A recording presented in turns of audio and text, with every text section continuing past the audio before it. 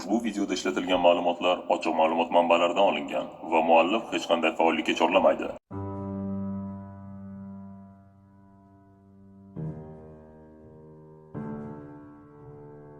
Assalomu alaykum hammaga. Bugun yana sizlar bilan O'ztermen.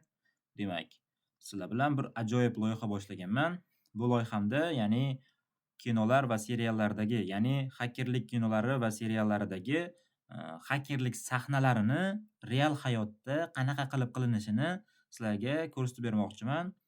Biz bilamiz, ya'ni hamma kiberxavfsizlik yoki axloqli xakerlikka qiziquvchilar nima deydi, kinolardagi fantastik narsalarni real hayotda qilishga urinib ko'rishadi. Albatta, hammada ham o'xshaydi, ba'zilarda esa o'xshamaydi. Yoki bo'lmasa, bu narsa fantastikdek ko'rinadi ularga. Kelinglar, shuni real hayotda qanaqa qilib qilinishini sizlarga ko'rsatib beray. Demak, men hozir real hamma joyda muhokamalarga sabab bo'layotgan Mr. Robot filmidan boshladim, ya'ni serialidan boshladim. Boshqa seriallar ham bor. Misol uchun, xo'p, Matrica yoki bo'lmasa ijtimoiy tarmoq, Men kimman yoki Hacker, Snowden kabi filmlar ham bor. Lekin aynan hozir Mr. Robot filmidan boshladim. Demak, Mr. Robot filmini birinchi fasl, birinchi qismidan boshlaymiz va birinchi hakerlik sahnasini ko'rsatib beraman. Ya'ni o'sha jarayon aslida qanaqa kechganini sizlar bilan batafsil gaplashamiz. Bizda hech qanaqangi nazariy bo'ladi, lekin bizda asosan amaliy ko'rsatiladi. Hech qanaqangi og'zaki gapirib o'tib ketmayman. Hammasini sizlar bilan nazariy gapirib ko'rsatib beraman. Demak, birinchi fasl, birinchi qismdan boshlaymiz. Xo'p. Demak,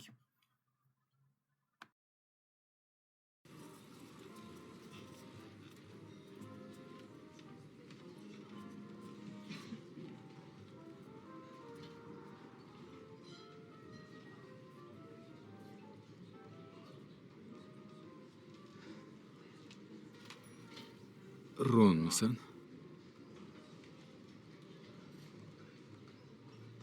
Lekin haqiqiy isming Rohit Dmeta. 6 yil oldin birinchi marta Ronning kafesi do'konini sotib olganingda ismingni Ronga almashtirgansan. Endi senda bunaqa do'konda 17 tasi bor, yana 8 tasini olmoqchisan. Senga biror narsada yordam kerakmi? Menga bu yerga kelish yoqadi, chunki Wi-Fi juda ham tez. Ya'ni gigabit tezligi bilan optik tolali ulanishga ega bo'lgan joylar juda ham kam. Bu yaxshi. Bu juda ham yaxshi. Meni fikrimni bir qismini tirnadi. Yaxshilikning shartsiz mavjud bo'lishiga yo'l qo'ymaydigan qismi. Xullas, tarmog'ingdagi barcha trafikni to'xtata boshladim. O'shanda g'alati bir narsani payqab qoldim. O'shanda bir narsani buzishga qaror qildim. Buzish. Bilaman, sen Platon bolalari nomli veb-sayt yuritasan. Kechirasan. Serverlarni anonim saqlash uchun Tor tarmog'idan foydalanasan. Buni ko'rishni qiyinlashtirding. Lekin men ko'rdim. Marshrutlash protokoli u sen o'ylagandek anonim emas. Chiqish tarmoqlarini kim nazorat qilsa, u ham tarmoqni nazorat qiladi. Bu meni boshqaruvchiga aylantiradi.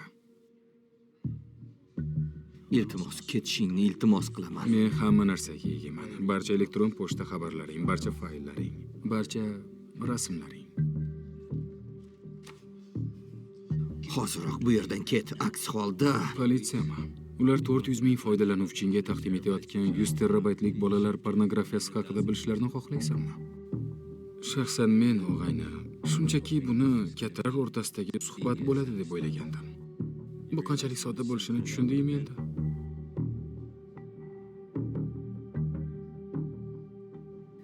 hech kimga ozor bermadim. Hech qachon.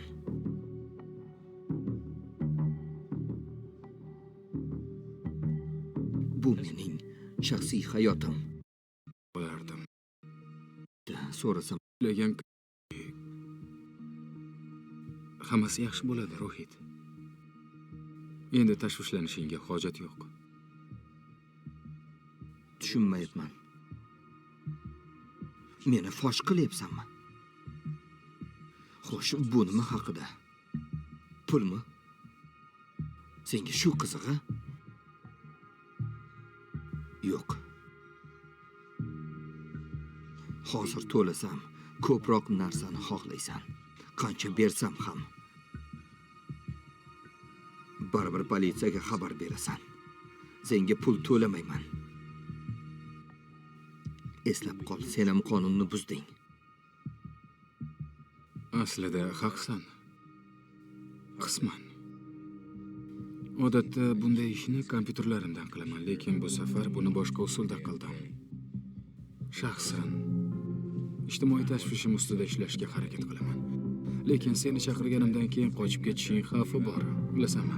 Tizim boshqaruvchinga serverlaringni o'chirishni, barcha ma'lumotlarni o'chirishni aytdim. Shunday qilib, anonim joriy vaqt va joyni kiritib qo'ydim. To'xta, senga pul beraman. Senga to'layman. Qancha istasan, senga pul beraman. Sen noto'g'ri ish qilding, Roket. Menga pul qiziq emas.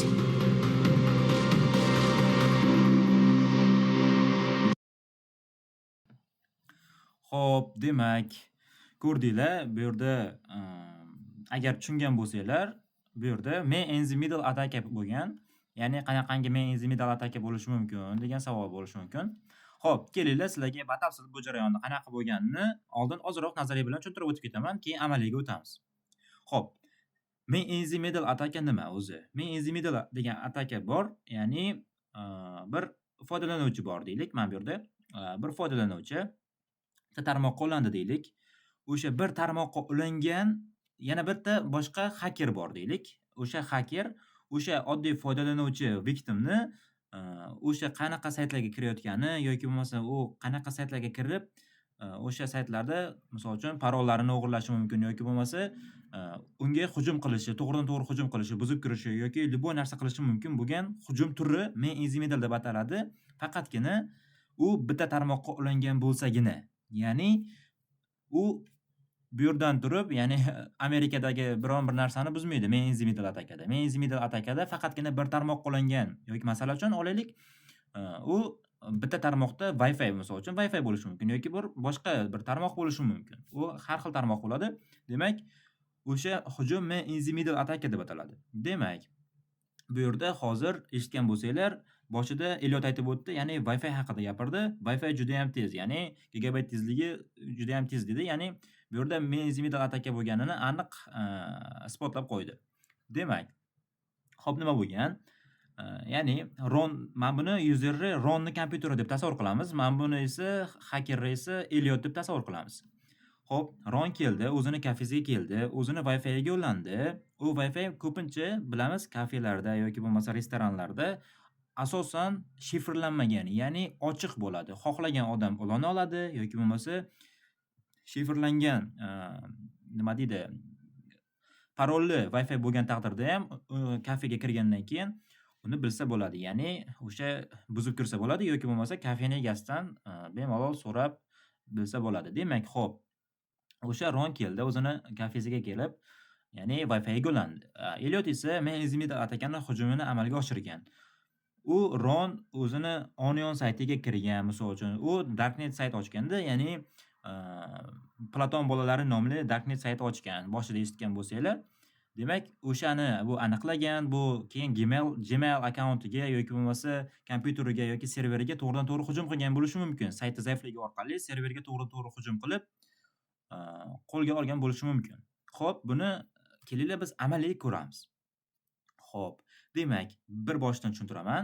Birinchi biz hujum modiga o'tmaymiz, birinchi qurish modidan boshlaymiz. Birinchi bo'lib Ronning saytini qurishdan boshlaymiz. Ya'ni Platon bolalari nomli sayt ochgansan dedi, eshitgan bo'lsanglar. O'sha saytni qurishdan boshlaymiz. Men hozirgi bu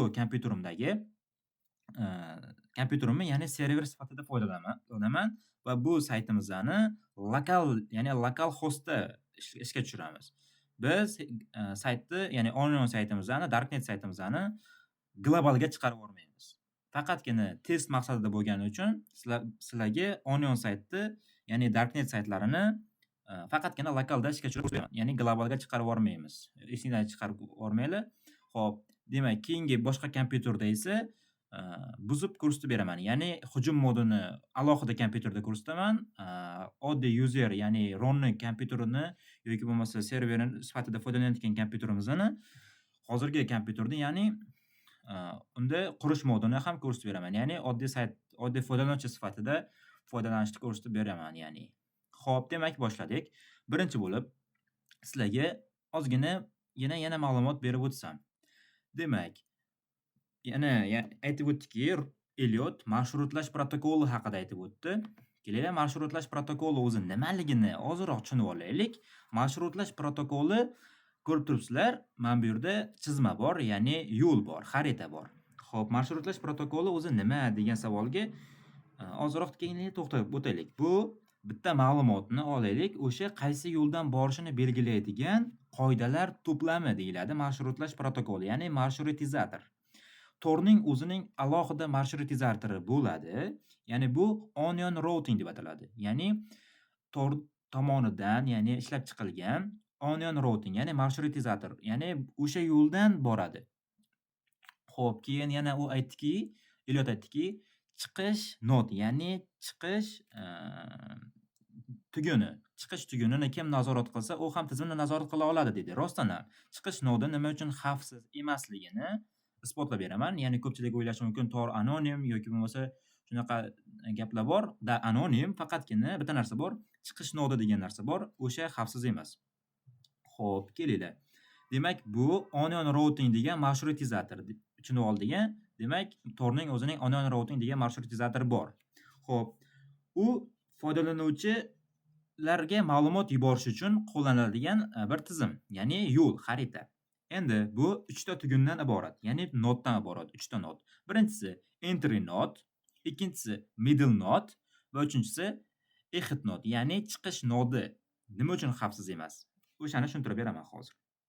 Bu yerda mana bu trafiklar, mana bu yerdagi nodlar, ya'ni tugunlar o'zidan oldingi va keyingi nodni taniydi. Ya'ni, misol uchun entry nodni olaylik, Tor klienti bilan middle nodni trafigini taniydi va shifrlanadi.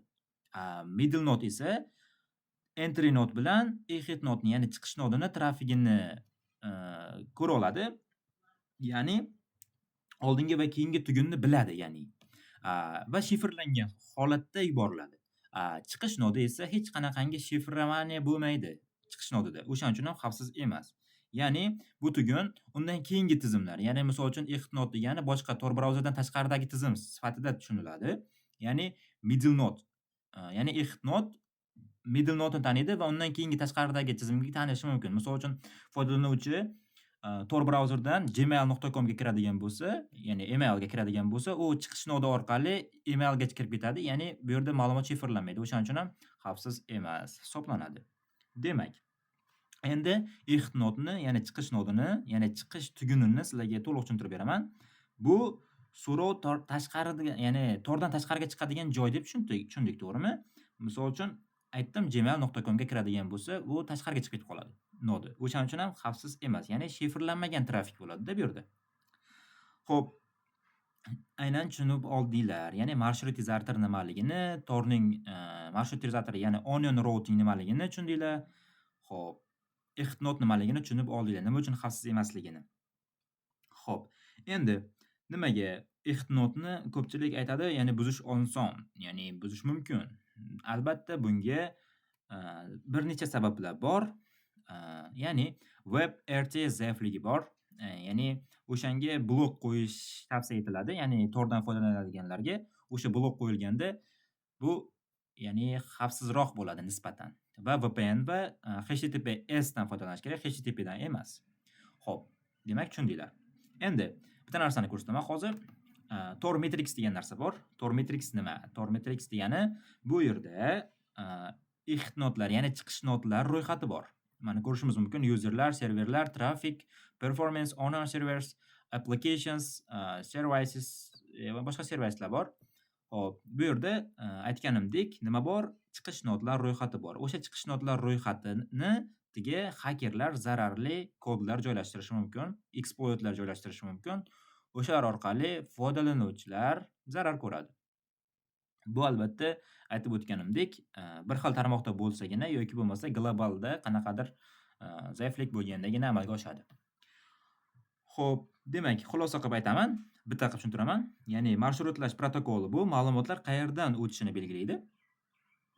Ya'ni ma'lumotlar qayerdan o'tishini belgilab beradi. Demak, EXTNOT bu ma'lumot tordan tashqariga chiqadigan holat. Tushundinglar? Va aytib o'tdim, Tor Matrixda EXTNOTlar ro'yxati bor. Mana bu yerda. Ko'rib o'zlaring bemalol batafsil tanishib chiqasizlar. Demak, endi esa amaliyga o'tamiz. Ya'ni Xo'p, demak, hozir birinchi qiladigan ishimiz birinchi bo'lib, ya'ni Ronning Onion saytini, ya'ni Darknet saytini, ya'ni Platon bolalari nomli Darknet saytini yasab olishimiz kerak bo'ladi sizlar bilan. Kelinglar, oldin sayt nima, server nima, ozroq ma'lumot berib o'tib ketaman. Xo'p. Demak, xo'p, bu yerdan misol uchun olaylik. Kelinglar, mana bu yerda bitta yo'l, ya'ni xarita ko'rsatib qo'yilgan. Ya'ni Xo'p, demak bizga birinchi bo'lib nima kerak bo'lar ekan? Albatta server kerak bo'lar ekan, sayt yaratishimiz uchun. Ikkinchisi esa o'sha bizani o'sha yaratgan saytimizga kerak bo'lar ekan. Ya'ni bu xoh PHP da yoki HTML da yoki biron bir JavaScript yoki boshqa bir tilda yaratilgan bo'lishi mumkin bo'lgan sayt. Xo'p, uni tushundinglar. Demak, bizlar hozir bu yerda bitta narsa bor, ya'ni global tarmoq degan narsa ham bor. Ya'ni localhost bilan global tarmoqning farqini sizlarga tushuntirib beraman. Localhostda sizlar faqatgina o'zingizlarni kompyuteringlarda, o'zingizlarni tizimingizlarda amal qiladi xolos u narsa. Globalga chiqib ketmaydi. Globalga chiqishi uchun sizlar server sotib olishinglar yoki o'sha domenni, o'sha saytinglarni ro'yxatdan o'tkazishinglar kerak bo'ladi O'zbekiston hududidan. Ya'ni O'zbekiston serverlaridan. Xo'p, ya'ni o'sha serverlarga joylashinglar uchun. Demak, xo'p, tushundinglar. Biz hozir global tarmoqdagi saytni yasamaymiz. Chunki biz hozir Onion sayt yasayapmiz. Ya'ni men alohida u uchun saytda kodlab chiqqanim yo'q. Faqatgina Ronni saytini kodlab chiqdim. O'shaning uchun ham. Biz hozir lokalnida sizlarga test bo'lishi uchun ko'rsatib beryapman xolos. Shuni esingizdan chiqarib yubormanglar.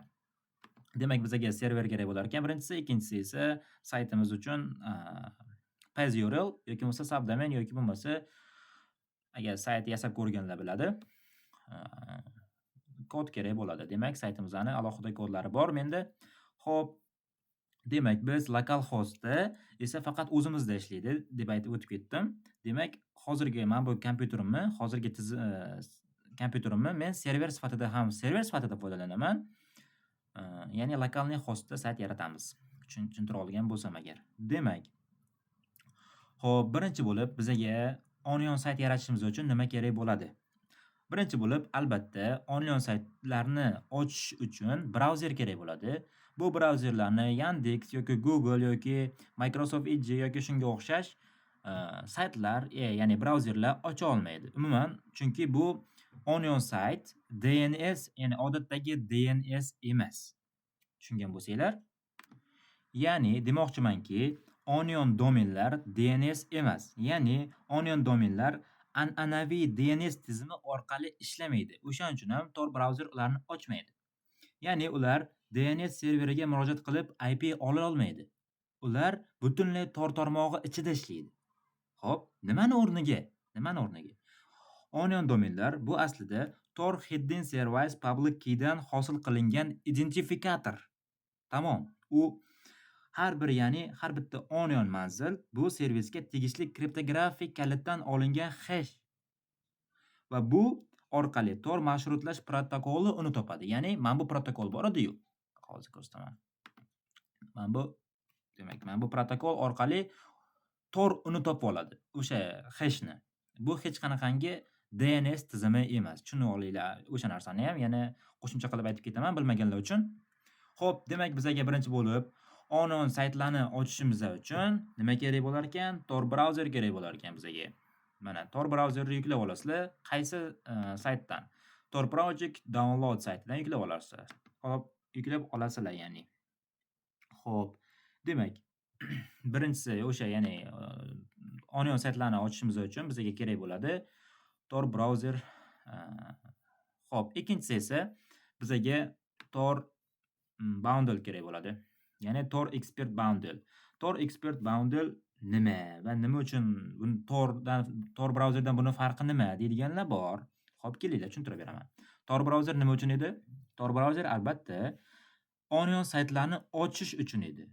u hech qanaqangi onion sayt yaratib bermaydi bizga. Faqatgina ochadi. Oddiy brauzer sifatida foydalanasizlar.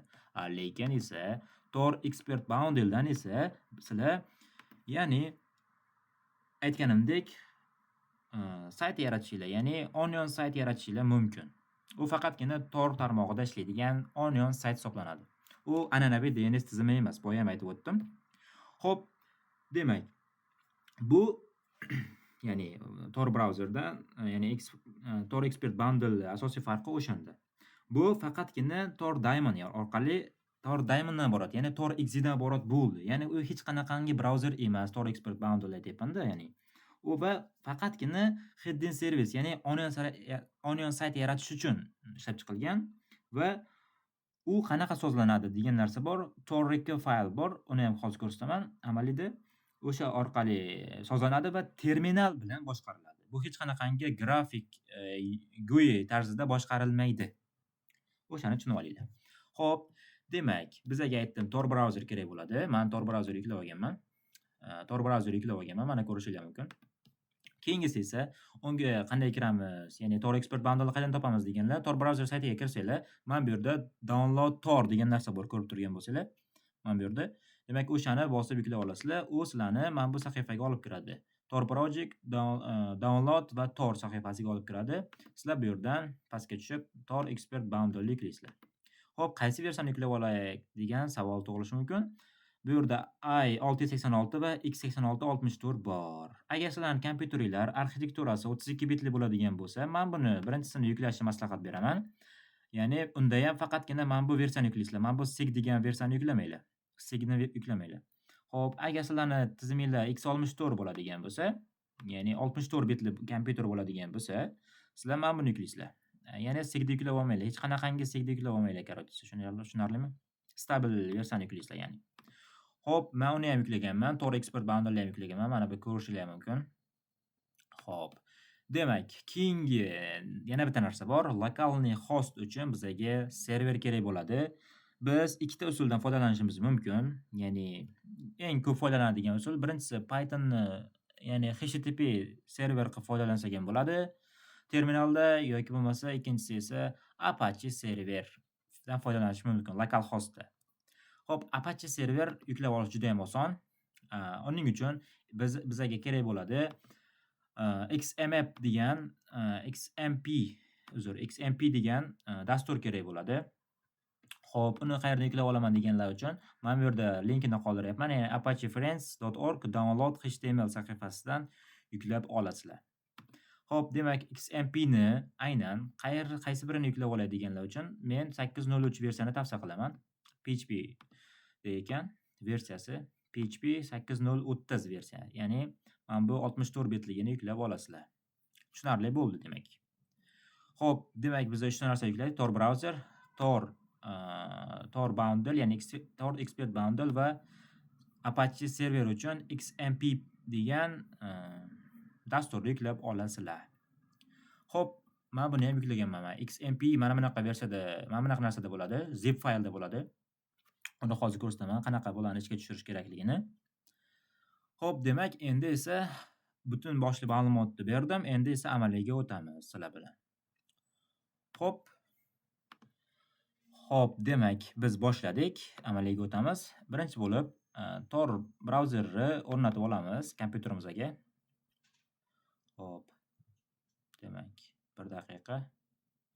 Okay, bosasizlar, qayerga o'rnatish so'ralyapti. Okay. Next qilib o'rnatib ketasizlar. Uncha qiyin bo'lmaydi, menimcha sizlarga. Bunaqa novichok narsalar. Xo'p. Keyingisi esa Tor Expert Bundle zipdan ochib olishimiz kerak bo'ladi. Extract al qilasizlar va shu yerga chiqarib qo'yasizlar hammasini. Okay. Hammasi chiqdi. Ichida 3 ta fayl bor ekan. Tor docs data degan narsa bor ekan. Xo'p, bunga hozircha tegmay turamiz. Ko'rsataman hozir. Demak, men bu yerga ochdi, extract qildi. Demak, xo'p, finish qilamiz albatta. Xo'p, mana bizda ko'rib turibsizlar, Tor brauzer desktopga o'rnatildi. Xo'p, ikkinchisi Tor Expert Bundle ham nima qildim? Hozir Tor brauzerga tushib ketdi. Xo'p, hozircha chiqib turamiz bu yerdan. Hozircha bu muhim emas. Ikkinchisi esa XMP ni o'rnatib olishimiz kerak installarini. Demak, bosamiz ustiga 2 marta.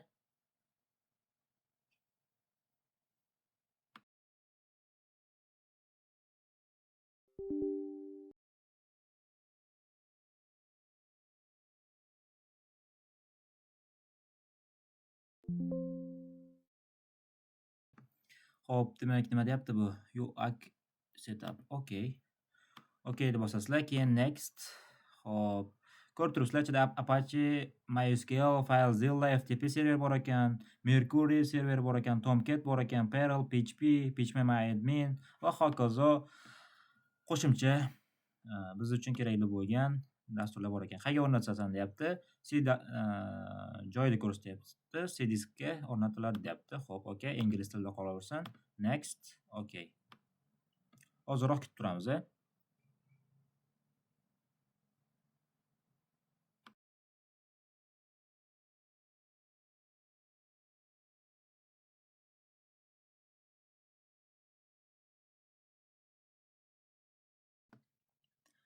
Xo'p, demak, complete bo'ldi. Demak, finish qilamiz. Endi qiladigan bitta ishimiz bor. Xo'p. Demak, Tor Expert Bundle boya nima qilib o'rnatgandik? Yana zipdan chiqarib olgandik, arxivdan chiqarib olgandik. Endi esa uni ichiga kiramiz. Uni ichiga kirganimizda ko'rib turibsizlar, nechta 3 ta papka bor. Ya'ni birinchisi data. Xo'p. Ya'ni GeoIP ni almashtirish uchun, ikkinchisi esa documents bor. Ya'ni qanaqa foydalanish haqida bo'lishi kerak. Katta ehtimol bilan da. Uchinchi eng kerakli bizga hozir kerakli fayl bu yana bu yerda aytganimdek boshida Tor exe dan iborat Tor bundle bo'ladi ichida va bu yerda Tor Gensert va Plugin Transport degan papkalar bor.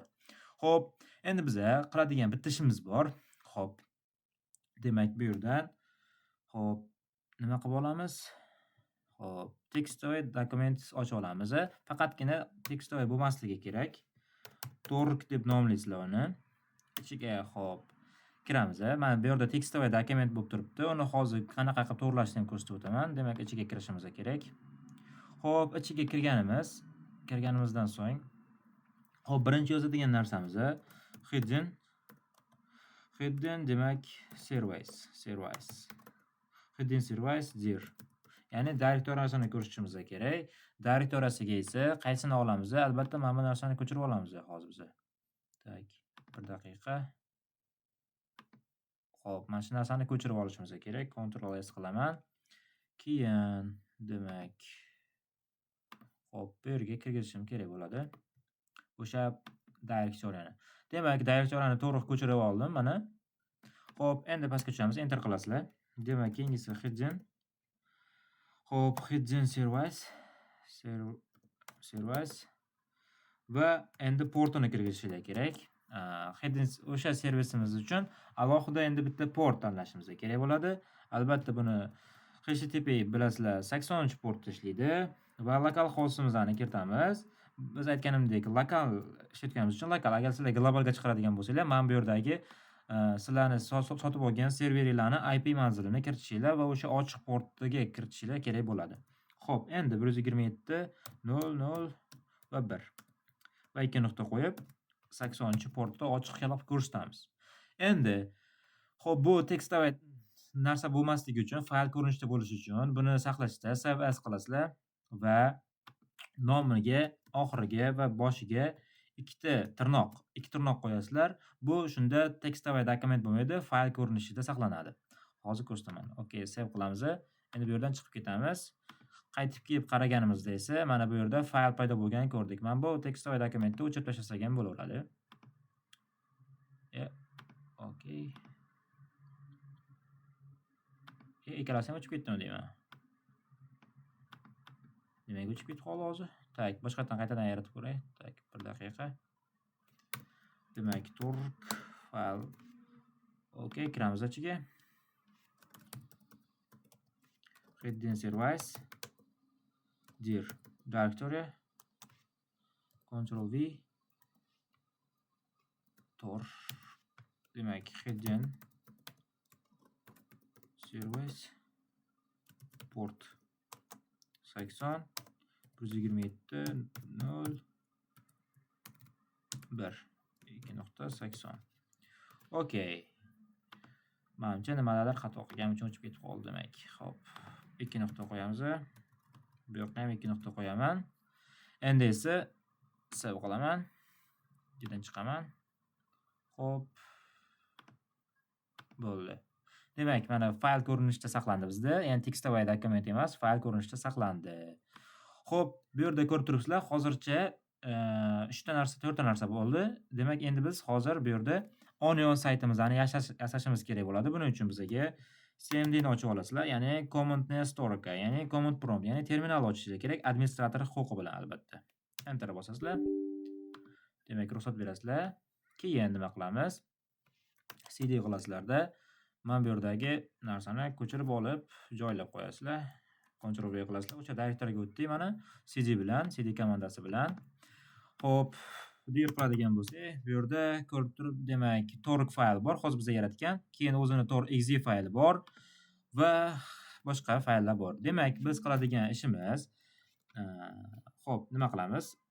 Demak, torg.exe faylini yozamiz, -f qilasizlar. Keyin hozir yaratgan torg faylini yozasizlar. Xo'p, keyin nima qilamiz? Albatta enter bosishimiz kerak bo'ladi. Enter.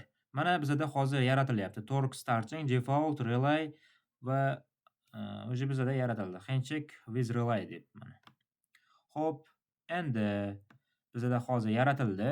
Endi nima qilamiz? Bu yerdan minus qilib chiqib ketasizlar, x qilib chiqib ketib qolmanglar. Xo'p, ko'rib turibsizlar, bu yerda bizda nima yaratildi? Authorized client, hostname, public keylar bor. Men bu public keylarni iloji bo'lsa hech kimga ko'rsatmanglar. Men sizlarga maslahat beraman, chunki bu ya'ni xavfsizlik uchun albatta sizlar uchun xavfsizlik uchun kerak bo'ladi. Bu yerda hostname degan narsada sizlarni hozirgina yaratilgan Tor brauzeri uchun, ya'ni Darknet saytlaridan, ya'ni Onion sayti yaratildi hozir. Hostname'ga kiramiz, Notepad tanlayman. Okey. Mana biz hozir nimani yaratdik? Demak, hozirgina yaratilgan Onion saytimizni ko'rishimiz mumkin. Demak, Onion sayt uncha yaratish qiyin emas, faqatgina uni xavfsiz qilish qiyinroq bo'ladi. Xo'p, Onion sayti yaratildi. Endi nima qilamiz? Xo'p, bu yerdan minus qilib chiqib turaman. Endi qiladigan ishimiz, xo'p, pastga tushamiz. Endi esa serverimizni ishga tushirishimiz kerak bo'ladi. Serverimizni qayerga o'rnatgandik? Boya XMP ni, ya'ni Apache serverimizni dastur ichiga kirdim. Mana XMP ni. Xo'p, demak, bu yerdan bitta narsa bor. Xo'p, oldin ishga tushirib olish uchun XMP controlni bosasizlar, ishga tushiramiz, ya'ni demak, ishga tushiramiz.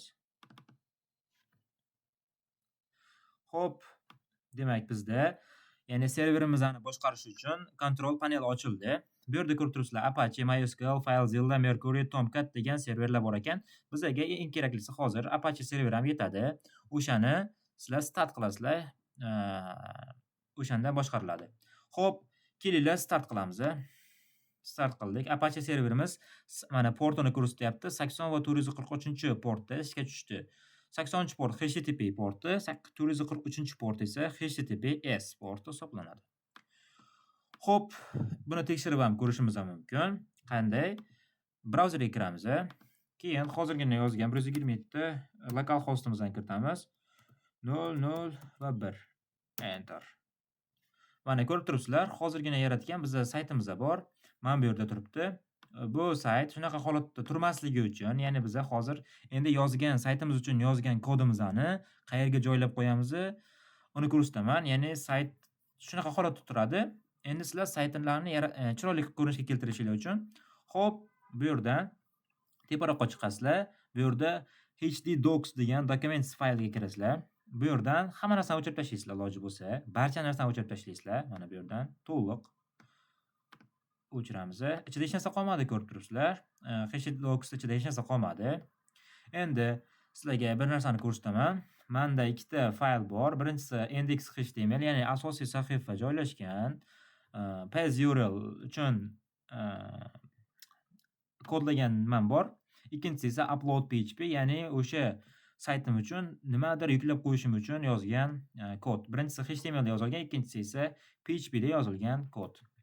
Xo'p, kelinglar, buni ichini men sizlarga ko'rsataman va bu fayllarni sizlarga Telegram kanalga tashlab qo'yaman. Bemalol olib foydalanishingiz mumkin bo'ladi. Ichini ko'rsataman. Tak. Edit Notepad. Ichi mana bunaqa oddiy, juda ham oddiy qilib tuzganman test uchun, chunki bu unaqa kuchli sayt yaratish uchun emas, faqatgina hammasi o'rganish uchun bo'lganligi uchun qildim. Demak, ko'rib turibsizlar, HTML da, ya'ni Ronning shaxsiy serveri degan va chiroyli ko'rinishi uchun men nimalarni ham qo'shganman, piksellarni qo'shganman va hop colorlar qo'shganman, ranglar qo'shganman va hop kelinglar, endi upload PHP ni ham ichini ko'rsataman. Edit. Hop, upload PHP ni ichi mana. Bu ham HTML da yozilgan ekan. PHP kodlari ham bor. Hop. Endi nima qilamiz? Aytganimdek, mana shu ikkita nima deydi? Ikkita faylni qayerga saqlab qo'yamiz? O'sha mana bu yerga, ya'ni mana bu URL ga, ya'ni XMP ni, ya'ni serverni htdocs documents ichiga saqlaymizlar. Xo'p, o'tkazaman bu yoqqa. Upload PHP ni ham saqlayman. Okay, bo'ldi. Endi nima bo'ladi? Qaranglar, hozir ko'rsataman. Mana bu yerda o'zgaradi. Ishonmasangiz ko'rsataman. Bitta yangilab yuboraman. Nimaga bo'lmayapti bu? Xo'p, port 80 deyapti. Xo'p, kelinglar, bitta qaytib chiqib yuboramiz bo'lmasa. Mana buni ham bitta qaytadan ishga tushirib yuboramiz. Stop qilaman. Endi qaytadan start qilaman. Xo'p, bitta yangilab olish kerak. Endi menimcha ishlaydi. Hop, 127.0.0.1. Enter. Mana. Bu hozir lokal hostda ham ishlaydi. Mana Ronning shaxsiy servisiga xush kelibsiz. Sal bitta xato yozib yuboribdi. Hop, hozir to'g'rilab yuboramiz. Muammo emas. Unchalik darajada muammo emas. Demak, bu yerga kiraman. Index.php ga kiraman. Voy. Hop. Buni edit qilaman. Hop, Ronning shaxsiy servisi pastroqqa tushaman. Men bu yerga sal xato ketibdi. Save qilib qo'yaman. Okay. Endi hop, yangilayman. Mana endi ko'rib turibsizlar. Buni ishga tushirish uchun oldin serverimizni, Apache serverimizni ishga tushirdik. Keyin esa saytimiz uchun kod yozdik, ya'ni kodimizni joylab qo'ydik. Bu fayllarni men Telegram kanalga tashlab qo'yaman, aytganimdek. Endi hop, demak, server joyladik. Endi bu yerdan mana. Hop, shunaqa bo'ladi.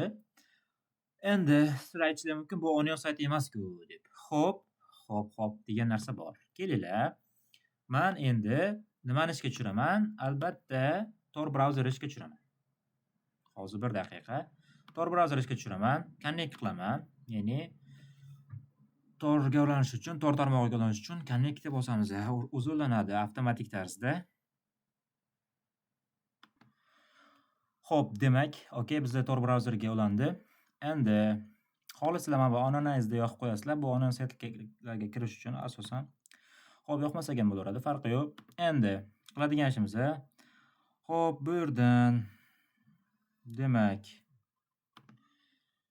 xo'p, demak, bizga hozir kerak bo'ladi. Tak. Xo'p, bu yerga kiramiz. Demak, yo'q, bu yerda emas, adashmasam. Hozir 1 daqiqa. Tor Expert Bundle, demak, Tor ichiga kirishimiz kerak. Hostname'ni olishimiz kerak bo'ladi bizga. Demak, men bu hostname'ni ko'chirib olamiz. Copy qilib olaman. Chiqib ketaman. Keyin nima qilaman? Men bu yerga kirgizaman hostname'ni. Men bu hostname hozirgina biz yaratgan sayt. Okay, enter qilaman.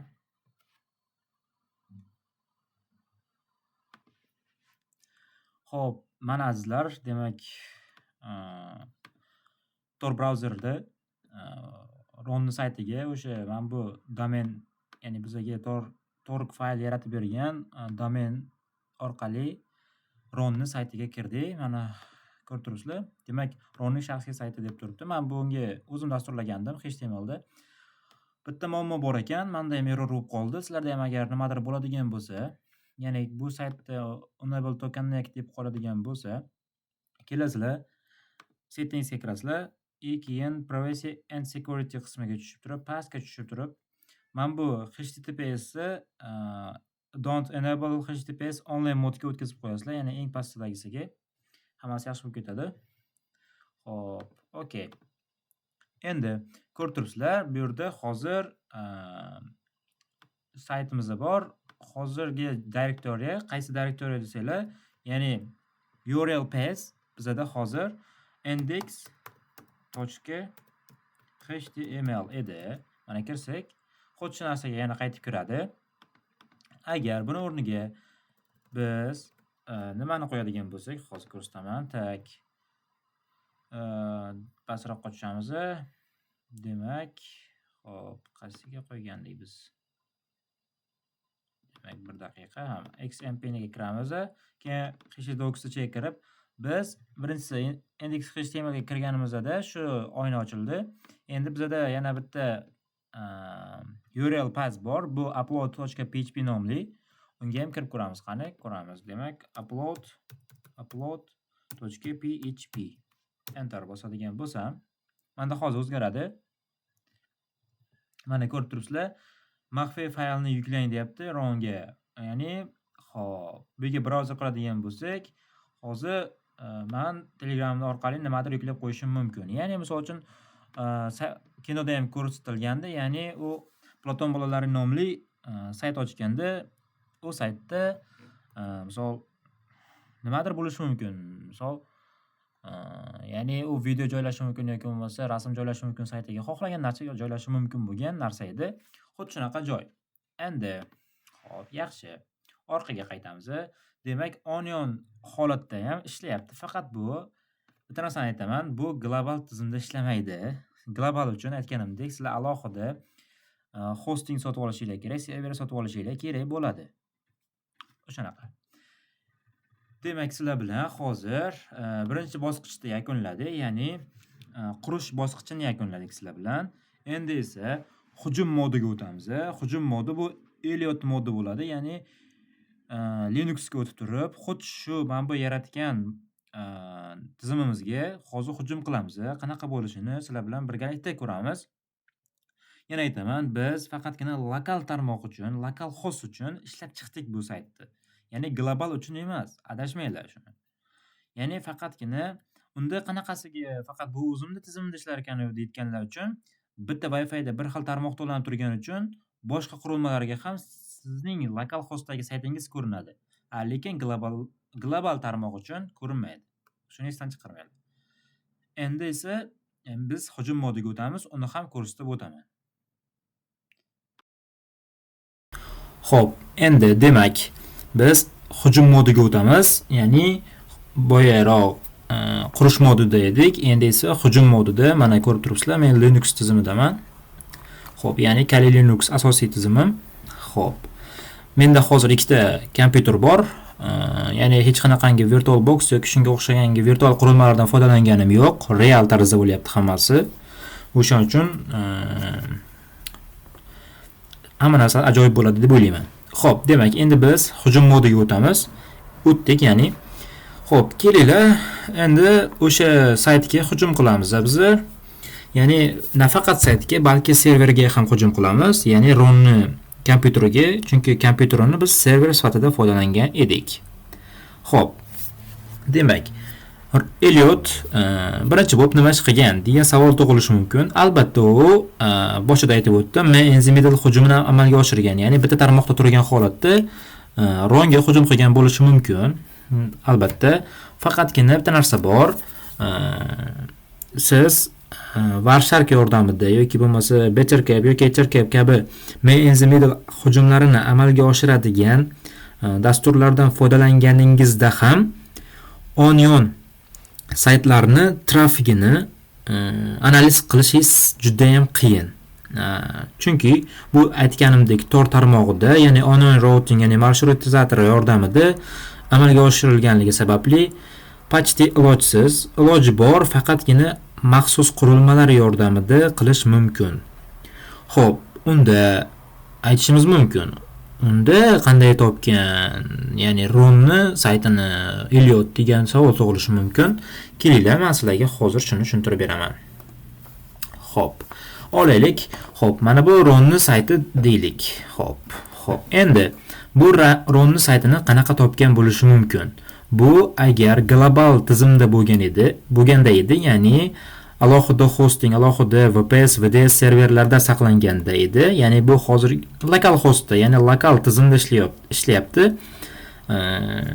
O'shaning uchun bu globalda emas. Agar u yoqdagi kinodagi Ronni tizimi globalda ishlaydi. O'shaning uchun xo'p, kelinglar uni qanaqa qilib topish mumkinligini, ya'ni Ronni saytini qanaqa qilib Elliot topganini real misollar bilan tushuntirib beraman sizlarga. Xo'p, bizga darknet saytlarini ro'yxati kerak bo'ladi. U ro'yxat esa HiddenWiki degan saytda mavjud. Hamma biladi buni. O'zi siyqasi chiqib ketgan. Bu saytga hamma kiraverib.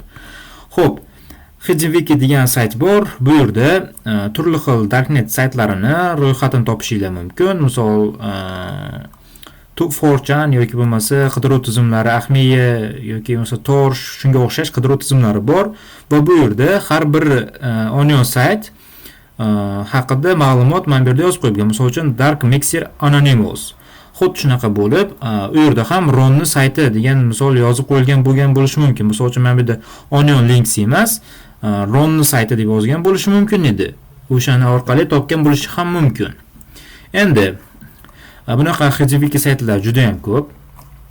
Mana ko'rib turibsizlar, alternativ saytlari juda ham ko'p.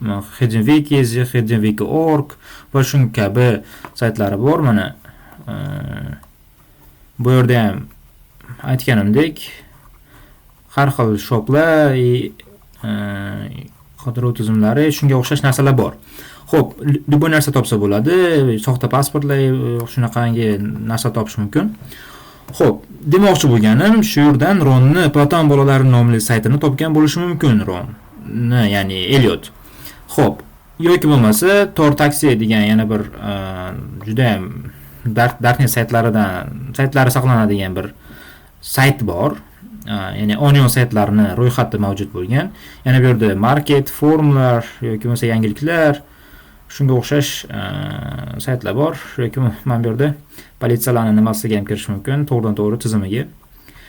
Xo'p, demak bu yerda Elliot aytaylik o'sha Ronni saytini topgan bo'lishi mumkin. Chunki Warshark yoki bo'lmasa aytganimdek bitirka nimalar bilan faqatgina an'anaviy DNS tizimini topish mumkin. Ya'ni an'anaviy DNS tizimiga kirgan foydalanuvchini topish mumkin. Misol uchun Google ga yoki Yandexga u Ron kiradigan bo'lsa, Ethercap yoki bo'lmasa Warshark yordamida tutib olish mumkin trafikni-da.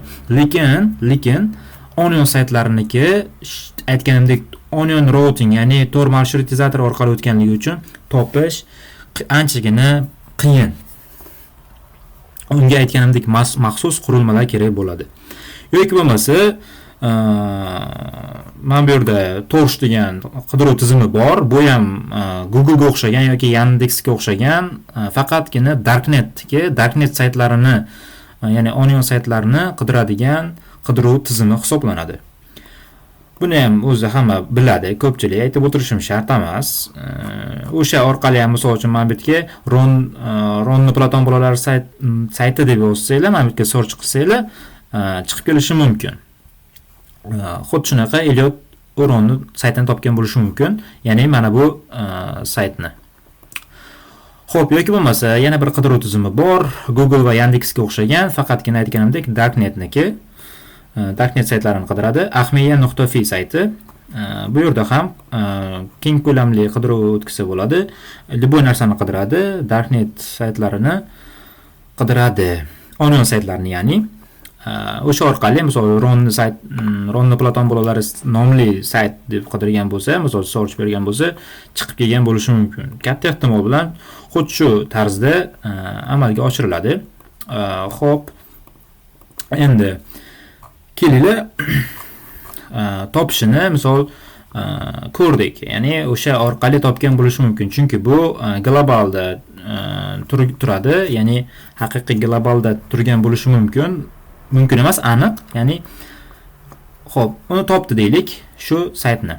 Endi nima qiladi? Xo'p, avval tanishib chiqadi. Misol, bu qanaqa sayt o'zi, nima vazifani bajaradi? Lekin bitta narsa bor. Bu, ya'ni onion saytlarni pentesting qilish anchagina qiyin narsa hisoblanadi.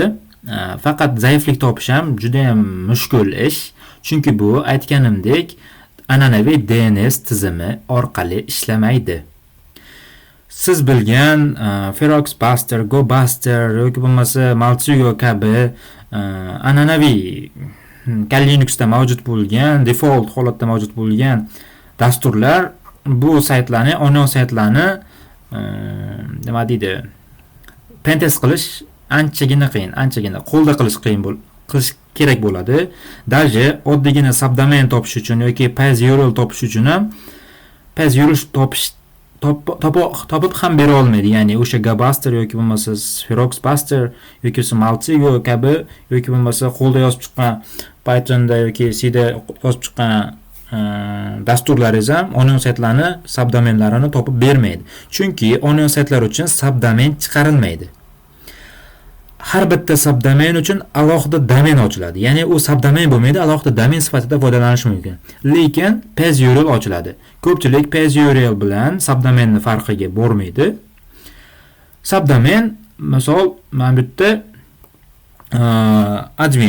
admin nuqta keyin men bu saytga kelgan bo'lishi mumkin. O'shanaqa bo'ladi. Lekin page URL bo'lsa bu yoqdan keladi. Ya'ni misol uchun olaylik, hozirgi biz upload yoki bo'lmasa download kabi download misol .php yoki bo'lmasa html kabi so'zlar orqali kelgan page URL o'shanaqa bo'ladi.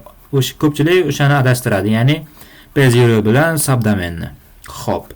Endi kelinglar xo'p, qo'lda qilish kerak bo'lar ekan. Ya'ni onion saytlarni qo'lda tekshirish kerak bo'lar ekan. Xo'p, biz misol yozib chiqamiz. Misol uchun olaylik admin deb yozamiz yoki bo'lmasa boshqa narsa deb yozib qidirib ko'ramiz.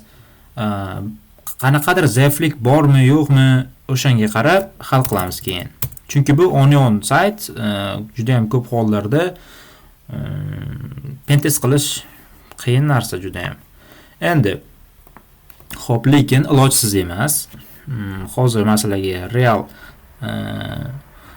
nimalar bilan ko'rsataman. Xo'p. Demak, endi biz bilamiz, upload degan page URL qoldirgan edik. Narigi nimada upload.php degan page URL qoldirgan edik.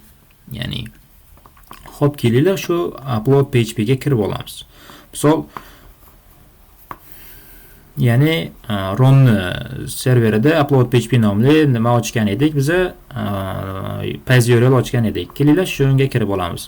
Ozroq qotadi, e'tibor qilmaysizlar. Xo'p, mana kirdi. Demak, ko'rib turibsizlar, misol bu yerda upload funksiyasi bor, ya'ni upload zaifligi bor. Biz xohlagan narsani serverga yuklab qo'yishimiz mumkin. Xo'p, demak bu yerda hozir bitta zaiflik biza topdik. Demak, upload zaifligini.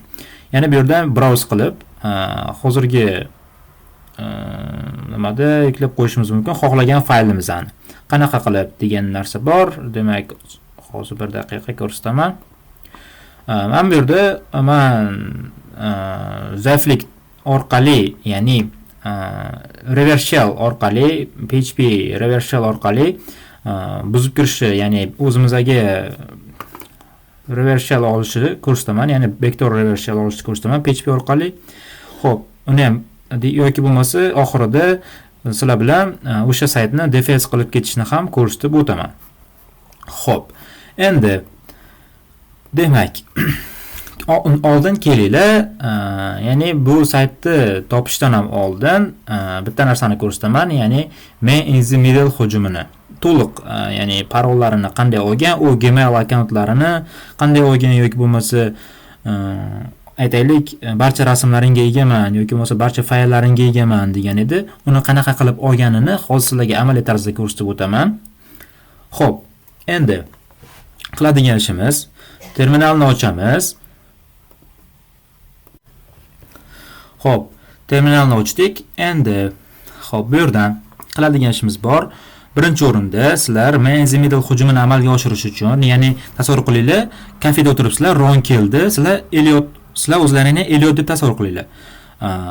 Ron kelib o'zini kafesidagi Wi-Fi ga ulandi. U Wi-Fi ochiq tarmoqli bo'lishi mumkin yoki yopiq tarmoqli bo'lishi mumkin. Xo'p, kelinglar. Unga hujum qilamiz. Ya'ni man in the middle hujumini amalga oshiramiz. Bizga kerak bo'ladi sudo apt install qilasizlar. Birinchi bo'lib ettercap yuklab olishingiz kerak. Ettercap grafikal yuklaysa, grafikal. Xo'p, birinchi bo'lib sizlar ya'ni man in the middle hujumini amalga oshirish uchun ettercap grafikal degan ettercap alohida dasturi bor. O'shani yuklab olishingiz kerak bo'ladi. Xo'p, men yuklab o'tirmayman. Menda bor o'zi. Xo'p, endi nima qilaman men? Ettercap qilaman. Ettercap -g.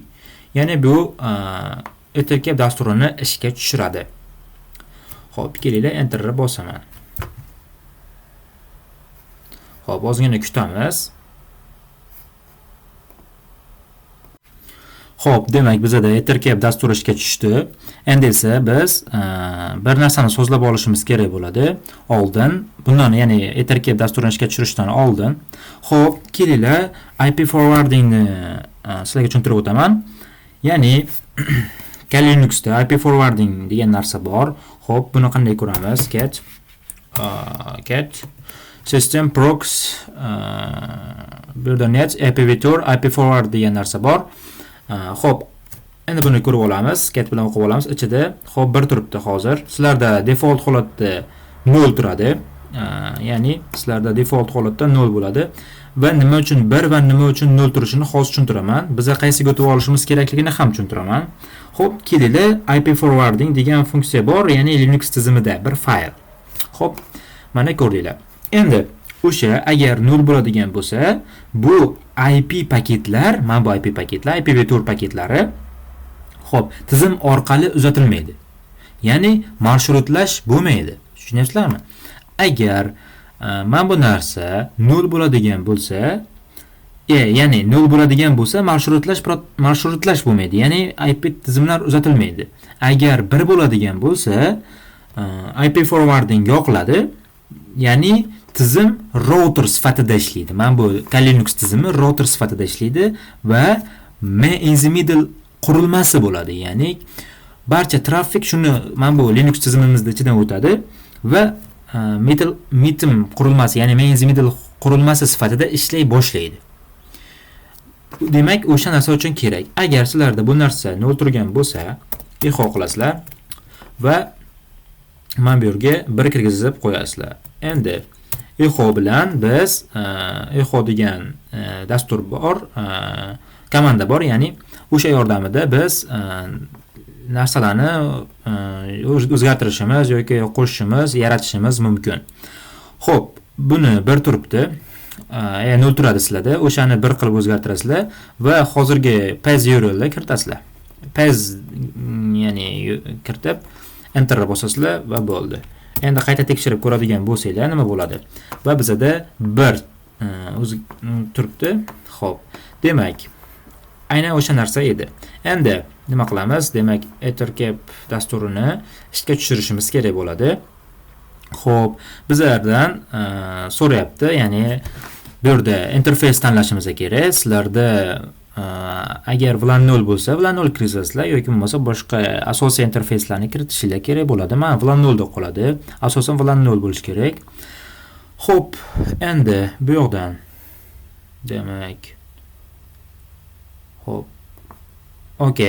OK bosamiz. hozir ishga tushadi.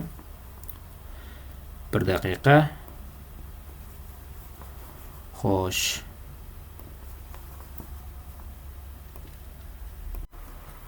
Xo'p, demak bizda Ethercap dasturi ishga tushdi.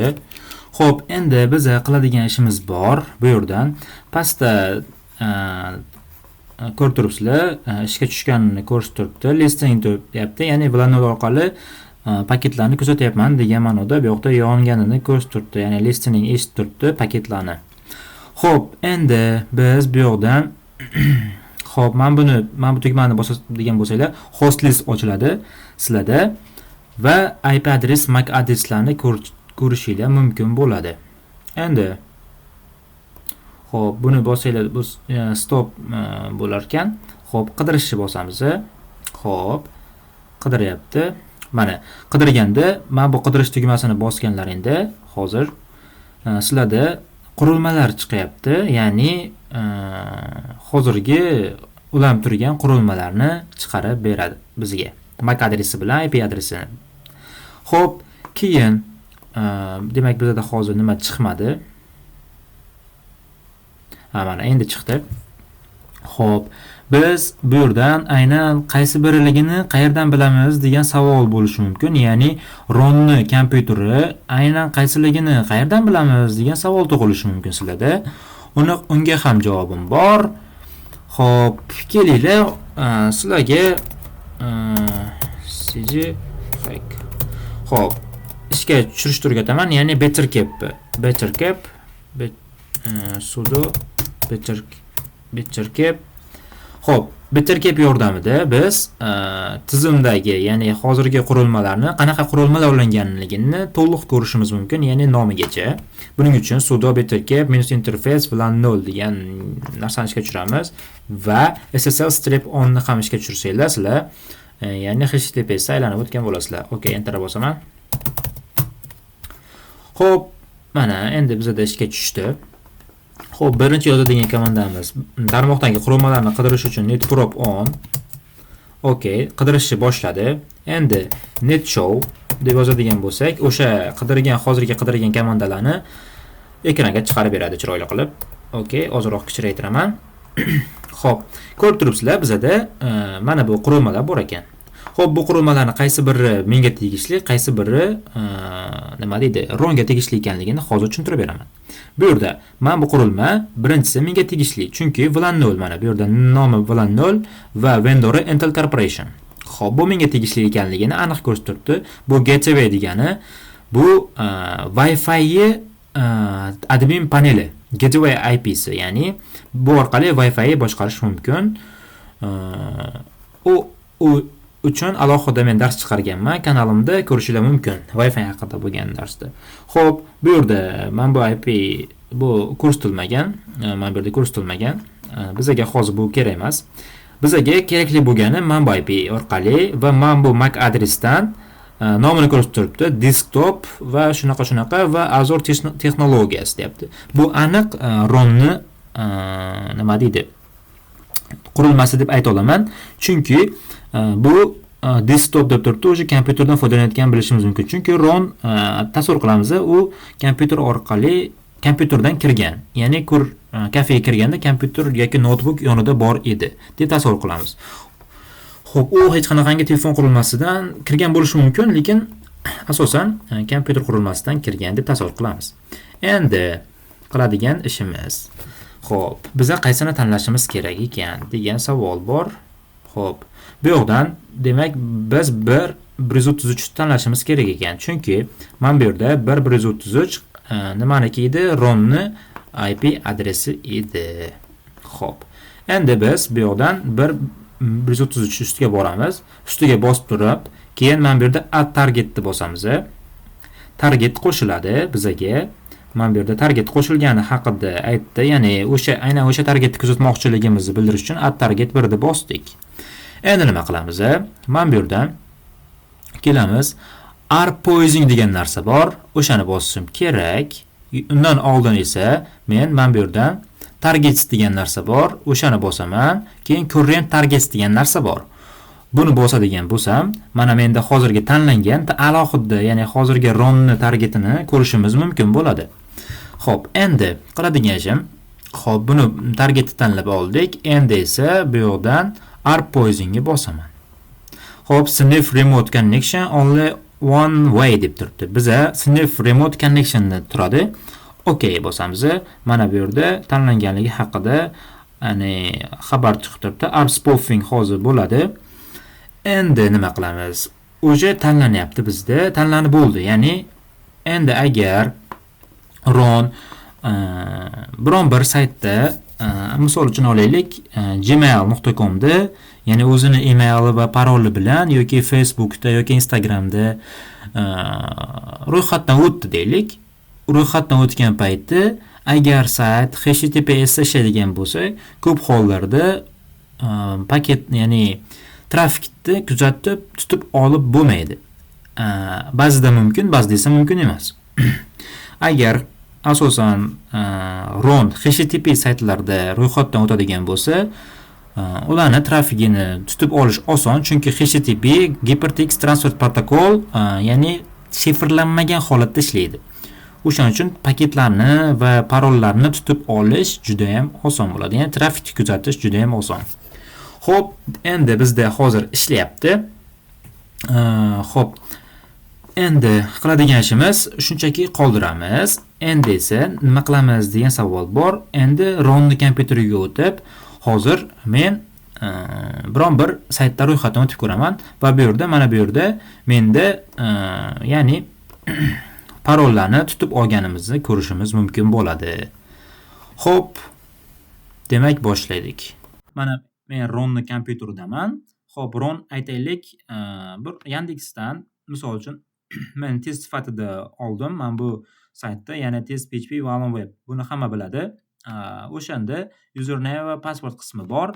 Aytaylik, shu saytda misol uchun login qilib ro'yxatdan o'tmoqchi yoki bo'lmasa avvaldan logini bor. Buni o'rnida misol uchun olaylik, Gmail bo'lishi mumkin edi, Facebook, Instagramdan ro'yxatdan o'tishi yoki o'zini paroli bilan kirgan bo'lishi mumkin edi. Ko'rib turibsizlar, sayt HTTP da ishlayapti, ya'ni HTTPS da emas, ya'ni Hypertext Transfer Protocol Secure da emas, HTTP da o'zida ishlayapti. Ya'ni hech qanaqangi shifrlash mavjud bo'lmagan narsada ishlayapti. O'sha narsaga ham e'tibor beringlar. Xo'p, endi kelinglar. Xo'p, men test uchun RON deb kirgizaman bu yoqqa. RON, bu yoqqa esa parolga esa admin deb kirgizaman. Misol uchun mana bu yerda hozir ko'rishimiz mumkin. Ko'rib bo'lmasa ham. Xo'p, login qilaman. Faqatgina login qilishdan oldin bu yoqqa, ya'ni nima deydi, Ethercapga qarab turamiz va uni olganini ko'rishimiz mumkin bo'ladi. Xo'p, demak bu yoqda mana bu yerga qarab turamiz, mana bu yerga. Xo'p, qarab turadigan bo'lsak, hozir bizada nima deydi, RONni IP adresi debman, parol bilan, username bilan paroli bu yoqda ko'rinadi. Xo'p, demak qarab turamiz. Hozir bir daqiqa.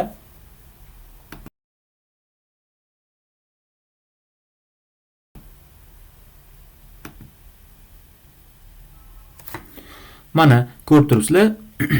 Bu yoqda hozir mana username RON, passwordi admin deb chiqdi. Biz hozirgina kiritgan username va parol. Xo'p, kelinglar bu yoqqa yana bir boshqa narsa kiritib ko'ramiz, misol uchun.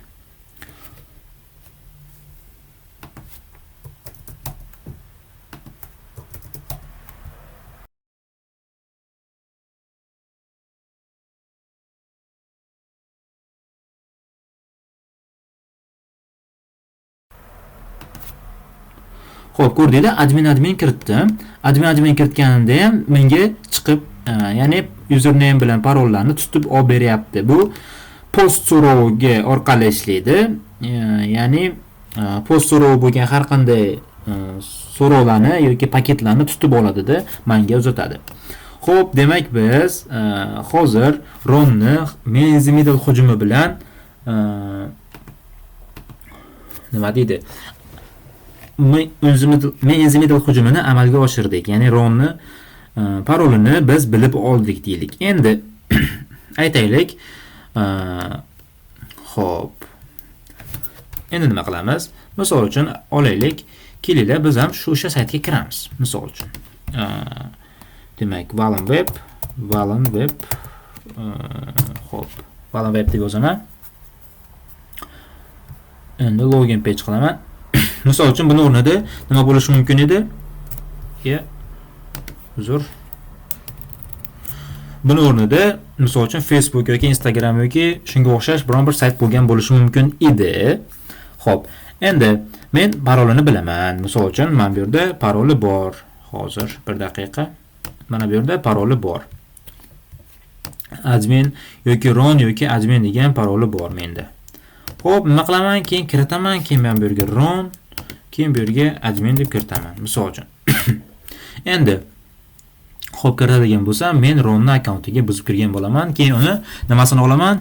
Rasmlarini olishim mumkin yoki akkaunt haqida to'liq ma'lumotni u haqida kiritishim mumkin bo'ladi. Ya'ni tug'ilgan yili, qachon nima qilgan, hammasi haqida ma'lumot ola olaman. Tushungan bo'lsanglar agar.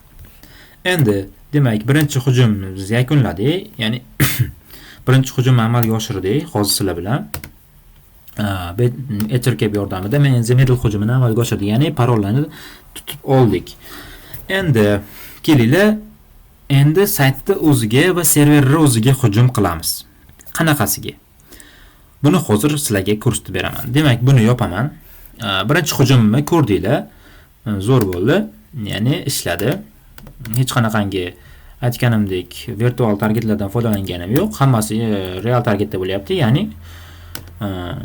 nima deydi? Ikkita kompyuterda qilyapman bu ishni. Xo'p, Bettercap'ni ham yopaman.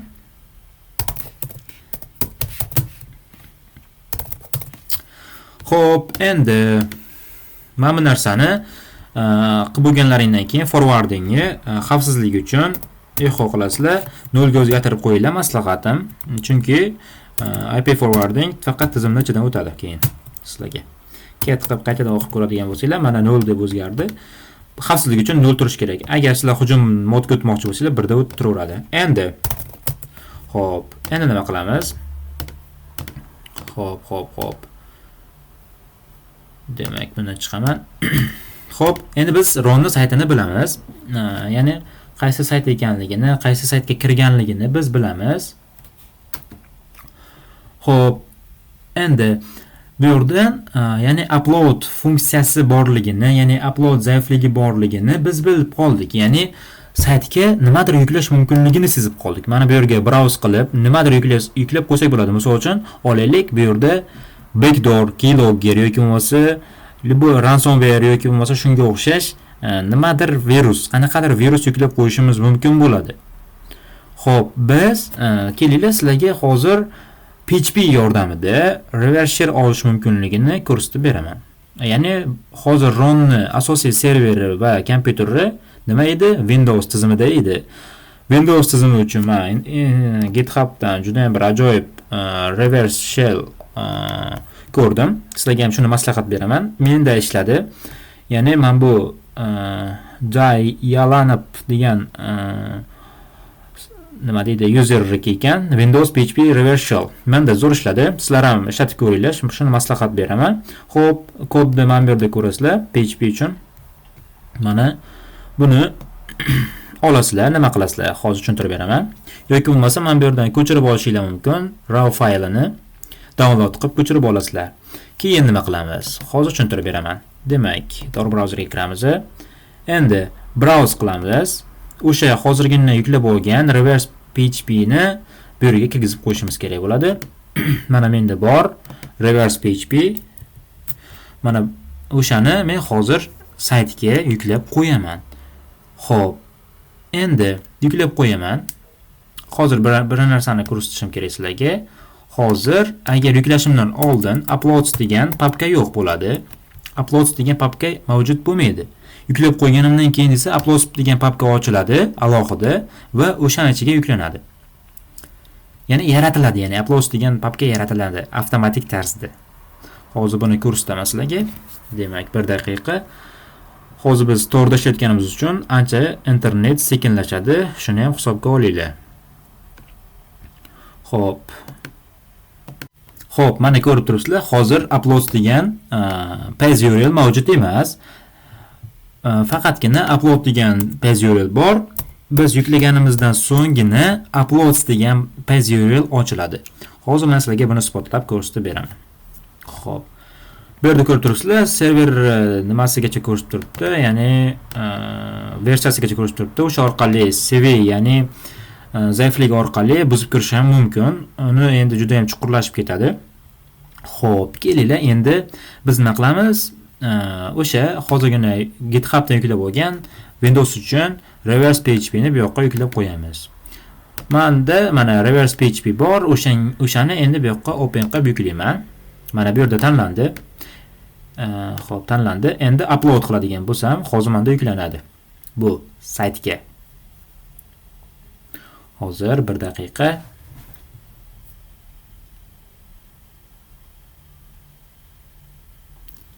Xo'sh. Aytganimdek, internet sekinlashadi. Chunki marshrutizator bizni IP'mizni yashirish uchun juda ham ko'p tugunlardan foydalanadi.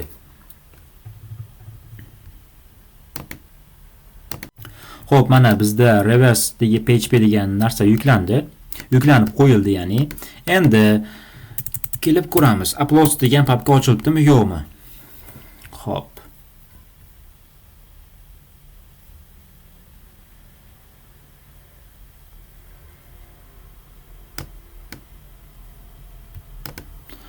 Xo'p, hozir 1 daqiqa, aytganimdek qotadi juda ham.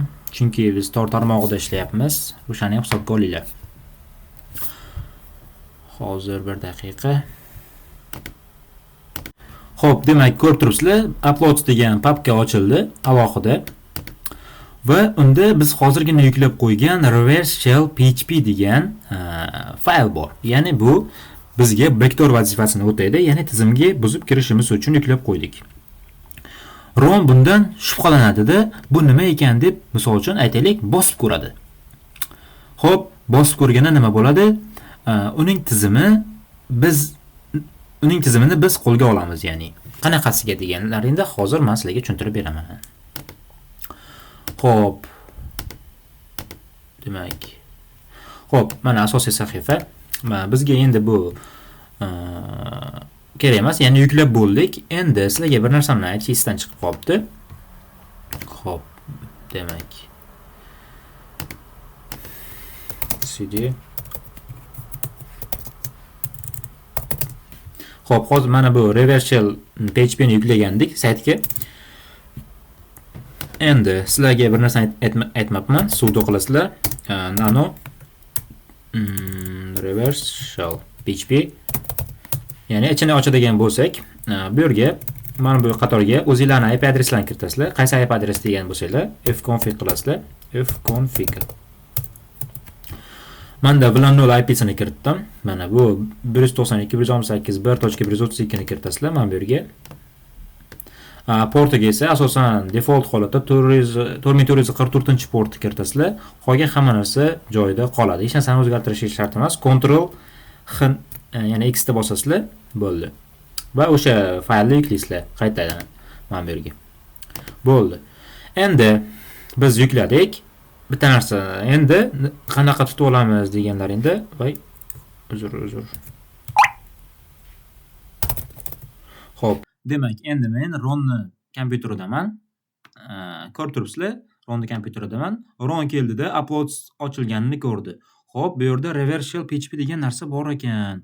Demak, bu yerda qachon paydo bo'lib qoldi deb bunga bosishga qiziqadi va bosganda biz uni tizimini qo'lga olamiz. Xo'p, demak, endi biz nima qilamiz?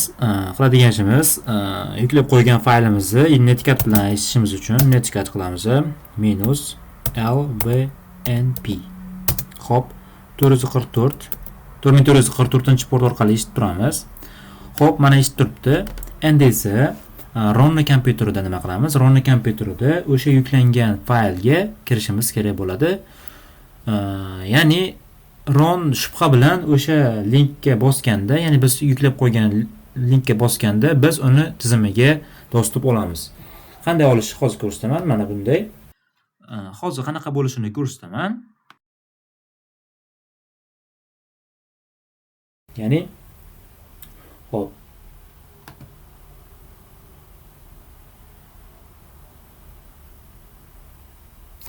Bo'ldi. Endi tizimiga dostуп oldik. Ko'rdinglar? Bittagina o linkni bosishi bilan biz tizimiga dostupni oldik. Xo'p, biz hozirgi direktorimizni ko'rishimiz mumkin. Mana. Xo'p, ya'ni tempda ishlab turibmiz. Kelinglar, C qilamiz. Hozirgi XMPP ga o'tamiz. Ya'ni serverga o'tamiz. Serverning ichida ko'rib turibsizlar, mana bunaqa narsalar bor. Любой narsaga demak biz hozir huquqimiz borligini ko'rib turibmiz. Endi buni ichiga kirishimiz kerak. htdocs ichiga kiramiz. Kopiya qilaman. cd ya'ni serverimizni ichiga kiryapmiz. dir qiladigan bo'lsam, xo'p, ko'rib turibsizlar, bu yerda ya'ni index.html, upload php va biz upload yaratgan upload papkamiz bor. Ya'ni biz server ichidamiz, tasavvur qilinglar.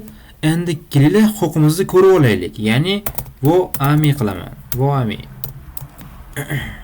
Menga aytayapti enter authority system deyapti. Bu degani sen root huquqidasan degani, qo'pol qilib aytganda. Xo'p, bunga yana bir to'liq isbotni masalaga ko'rsataman. Vo ami qilasizlar va proof deb yozadigan bo'lsanglar, to'liq qanaqa huquqlaring borligini ko'rishingiz mumkin bo'ladi. Xo'p. Mana ko'rib turibsizlar, bizni tizimga to'liq huquqimiz bor. Mana privilege, ya'ni privilege escalation uchun, ya'ni privilege escalation'ni qilish hojati ham yo'q-da, chunki biz anti authority systemdamiz, ya'ni to'liq root huquqidamiz, super administrator huquqidamiz, tasavvur qilyapsizlarmi? Endi xo'p. Biz tizimga to'liq buzib kirdik. Ko'rib turibsizlar, demak, bittagina unga yozgan mavzu orqali unga buzib kirdik biz. Reverse shell orqali, ya'ni backdoor desam bo'ladi buni, qo'pol qilib aytganda. Xo'p, endi kelinglar, sizlarga aytgan edim, bu yerda post exploitation amallarini ham amalga oshirishimiz mumkin yoki bo'lmasa agar tizimda uni rasmlari bo'ladigan bo'lsa, rasmlarini olishimiz mumkin, to'liq hamma narsasini olishimiz mumkin. Xo'p, u qismlarini endi o'zingizlar bemalol ko'raverasizlar. Nima deydi? Rasmlarini bemalol o'zingizlarga yuklab yoki ochib, ichida nima bor ekan hammasini ko'rasizlar. Xuddi post exploitation amallari, ya'ni Eliot boshida unga sening to'liq fayllaring, rasmlaring hamma narsanga egaman dedi-yu, xuddi shunaqa bo'ladi. Endi demak biz tizimda ichidamiz. Kelinglar, sizlarga endi defense qilishni ko'rsataman. Endi oxirida aytib ketadi Eliot, ya'ni tizim administratoringa hozirgi real joriy vaqt va sanani, ya'ni joyini kiritib qo'ydim va barcha tizimingdagi barcha fayllaringni o'chirishni buyurdim dedi.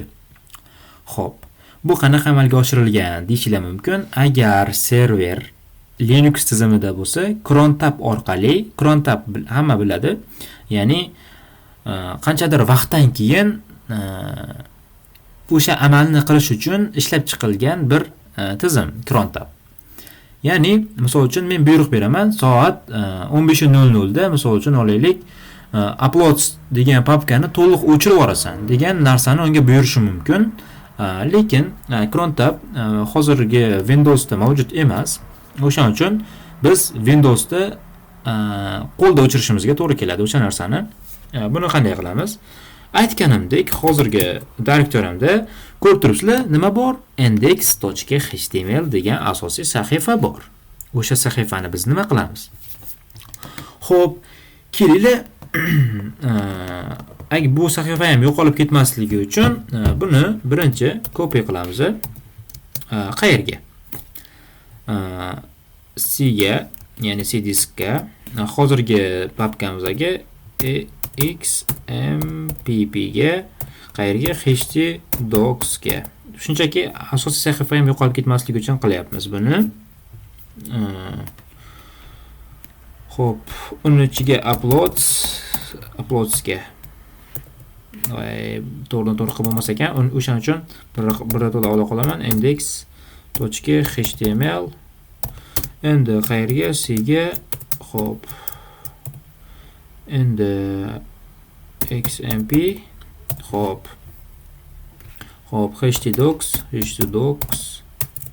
htdocs. Xo'p, uni ichiga saqla deyman. Mana copy qildi.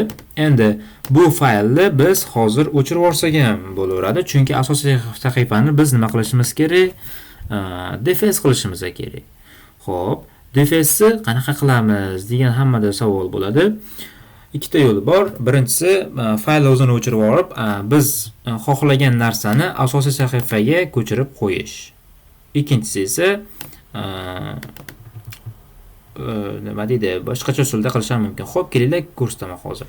Birinchisi delete qilamiz. Hozirgi nimani f majburan o'chirishimiz uchun, majburan to'xtatishimiz uchun o'sha narsani qilyapmiz hozir, ya'ni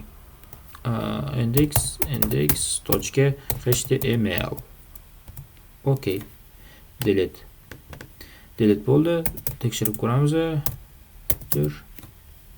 Mana asosiy sahifa o'chib ketdi, ko'rgan bo'lsanglar.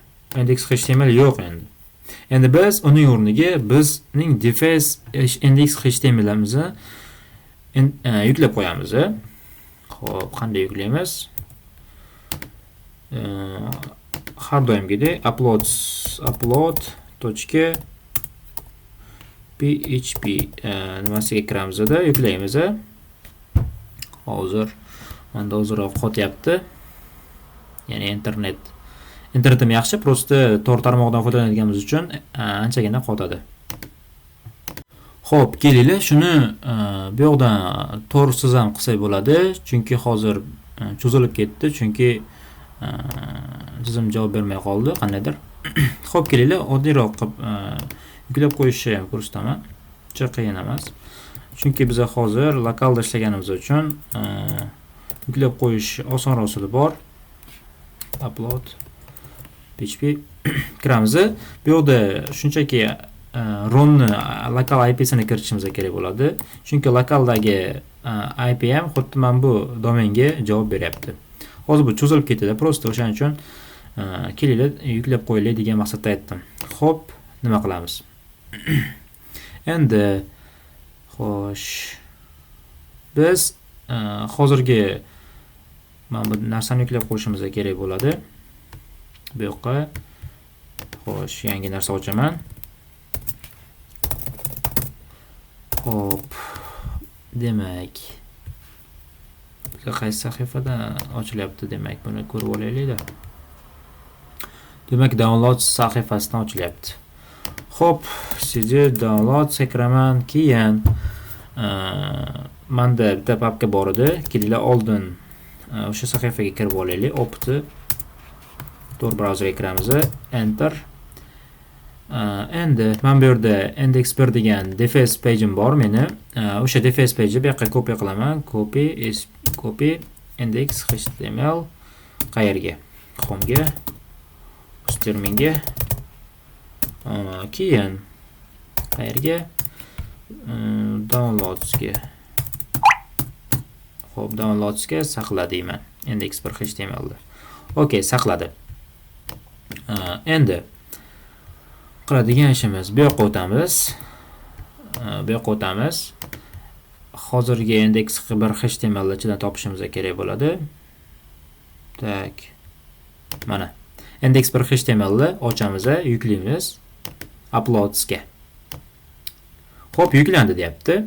Endi orqaga bitta qaytamiz. 192 133 qiladigan bo'lsak, hozircha hech narsa yo'q, ko'ryapsizlarmi? Faqatgina asosiy sahifani biz o'chirib yubordik hozir. Mana bu yoqdan. Biz o'chirib yubordik, delete qilib, mana delete qilib o'chirib yubordik asosiy sahifani. Endi asosiy sahifani biz defaced qilishimiz kerak, ya'ni oxirida aytadi, ya'ni joriy vaqt va joyni kiritib qo'ydim deydi. Xo'p, o'shanaqa ishni qilamiz hozir biz bu yoqqa. Xo'p, endi nima qilishimiz kerak bo'ladi biz? Xo'p, cd qilaman, uploads qilaman, uploads. jer qiladigan bo'lsam, ichida index.html degan papka borligini ko'rib turibsizlar. Copy qilaman. index.1.html qayerga saqlayman? C diskga saqlashim kerak. Qayeriga? XMP ga, htdocs ga saqlashim kerak.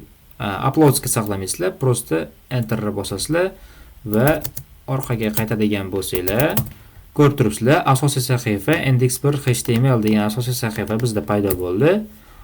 Xo'p, buni yangilasam, hozirga meni IP adresim chiqib ketib qoladi. O'shaning uchun Tor brauzer orqali yangilayman, bu yerda yangilamayman.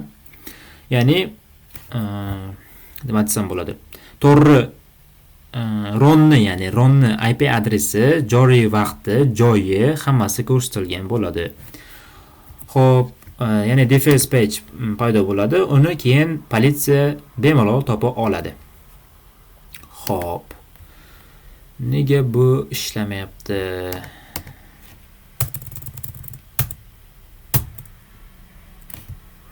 Xo'p. Bitta yangilab o'raman. Xo'p, kelinglar. Oddiyroq qilib ko'rsataman. Tor orqali sal cho'zilib ketib qoldi. Ya'ni internet bilan bog'liq. O'shaning uchun ko'rib turibsizlar, asosiy sahifa index1.html ga o'zgardi. Ya'ni yuklandi degan narsa bor. Unga kiradigan bo'lsak, nima bor? Ko'rib turibsizlar, salom Ron deyapti. Biz defense qildi, ya'ni hozir Ron'ni saytini buzib kirib defense qildi. Defense qilishni ham o'rgatib ketyapman birato'la. Buzib kirishni ham o'rgatdim. Post exploitation, privilege escalation hammasi birdaniga bo'ldi. Men in the middle hujumini ham o'rgatyapman birato'la sizlarga. Xo'p, hozir men VPN dan foydalanayotganim uchun balki IP ko'rinmayotgan bo'lishi mumkin. Xo'p, bu yerda biz sizning kimligingizni va qayerda ekanligingizni bilamiz. Ya'ni Ron o'zini saytiga kiryapti, qarayapti, sayti defense bo'lgan. Elliot oxirida aytib o'tganimdek, ya'ni seni tiziming administratoringga barcha fayllarni o'chirishni buyurdim va anonim joriy vaqt va joyni kiritib qo'ydim degan narsa bor edi. Bu yerga kiritib qo'ygan bo'lishi mumkin. Misol uchun, men hozir oddiy HTML sahifa yasadim. Bu yerga siz o'zingiz buzib kirganingizdan keyin, mana buzib kirilgan. Mana bu yerda hop qrl edit.me qiladigan bo'lsa, bu hozir Ron'ni IP adresini ko'rsatadi. Chunki Ron'ni kompyuterini tizimini ichidamiz biz. Bunaqa qila olmayman, chunki hozir VPN ga ulanmaganman, Ron'ni kompyuteridan VPN ga ulanmaganman, Linuxdan ulanganman, lekin Ron'ni kompyuteridan ulanmaganim uchun o'zimni IP adresim chiqib ketib qolishi mumkin. O'shaning uchun ko'rsata olmayman. Sizlar o'shanaqa qilib turib, ya'ni misol uchun ya'ni Ron'ni IP adresini bilgan holatlaringda mana bu yerga kiritib qo'yasizlar. Ron'ni IPsini, joriy vaqtini va sanasini kiritib qo'ysanglar, politsiya keladi oxirida ko'rganlaringdek va uni ushlaydi. Xo'p, bolajonlar, demak bugungi darsimiz shundan iborat edi. Ko'rdinglar, juda ham ko'p narsa qildik sizlar bilan. Juda ham ko'p narsani tushuntirdim. Juda ham menimcha yaxshi tushuntirdim deb o'ylayman. Sizlardan har doimgidek bitta like va podpiska, komment kutib qolaman. Mehnatimizni qadrlaysizlar degan umiddaman. Hammaga xayr, salomat bo'linglar. Xo'p, Endi meni kuzatib borishyapti.